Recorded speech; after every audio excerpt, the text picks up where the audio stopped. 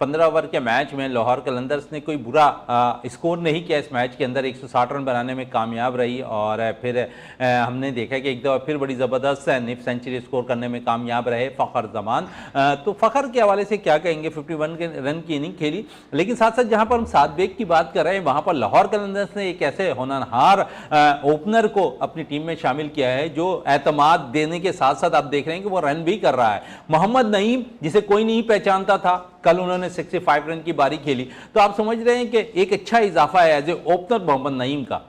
बिल्कुल मोइन भाई, जिस तरीके से देखें लाहौर कलंदर, आप क्योंकि हमेशा लाहौर कलंदर्स हमने देखे कि बॉलर्स को बड़ी तरजीह देती है, बैटर्स पर अब वो काम कर रही है और कई पाकिस्तान को प्लेयर्स दिए हैं लाहौर कलंदर्स ने पाकिस्तान सुपर लीग से। बिल्कुल, लाहौर कलंदर का ये खासा रहा है हमेशा, जो भी पीएसएल का सीज़न होता है वो यहाँ कोई बॉलर या कोई बैट्समैन जो है पाकिस्तान की नेशनल टीम को प्रोवाइड करते हैं। और जिस तरीके से वो आपको पता है अगर चांस देते हैं तो प्लेयर को जो है पूरा एतमाद देते हैं।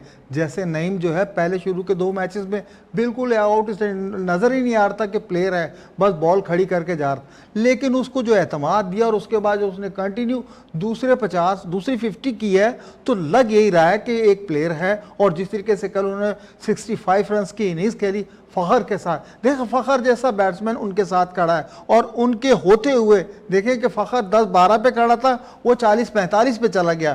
तो ये है कि फ़खर जमान की इनिंग जो 51 रन की है उसका एक अपना अलग मज़ा था। लेकिन मोहम्मद नईम ने जो आउटस्टैंडिंग इनिंग्स खेली थी, अगर और 2-4 ओवर खेल जाते तो लग ये रहा था कि लड़का 100 भी कर लेगा।